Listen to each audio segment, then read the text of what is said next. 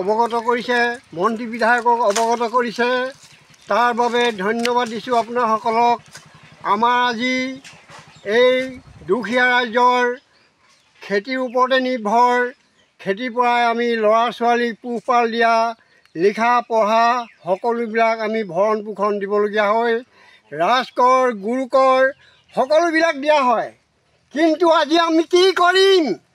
এই পথাৰখন তিনিবাৰ চাৰিবাৰকৈ যদিহে বানপানীয়ে আমাক ধ্বংসমুখলৈ নিছে, এয়াই আমাৰ আজি অৱস্থাটো এনেকুৱাই হৈ গৈছে। আজি কালিৰ ভিতৰত আমি কি কৰিম, কি খাম, ক'লৈ যাম? আপোনাসকলক আমি মন্ত্ৰী বিধায়কসকলক অনুৰোধ কৰিছোঁ, যাতে অনাগত দিনবোৰ আমাক চকু মেলি চাই।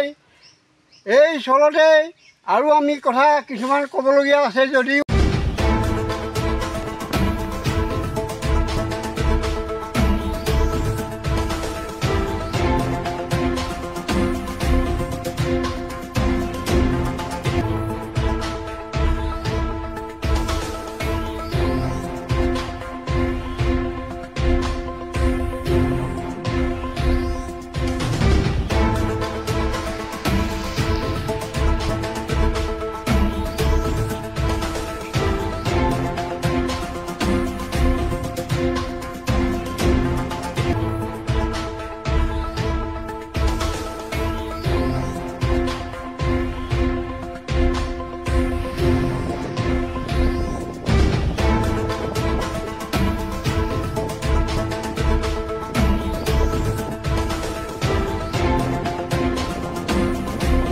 অৱগত কৰিছে, মন্ত্ৰী বিধায়কক অৱগত কৰিছে, তাৰ বাবে ধন্যবাদ দিছোঁ আপোনাসকলক।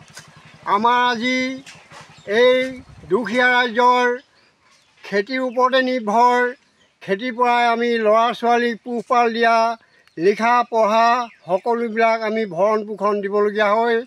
ৰাজকৰ গুৰুকৰ সকলোবিলাক দিয়া হয়, কিন্তু আজি আমি কি কৰিম?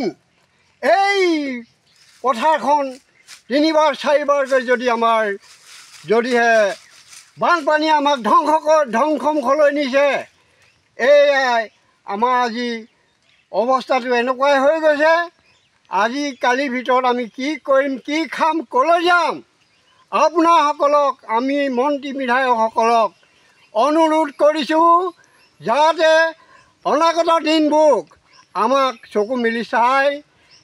এই চলতে আৰু আমি কথা কিছুমান ক'বলগীয়া আছে যদিও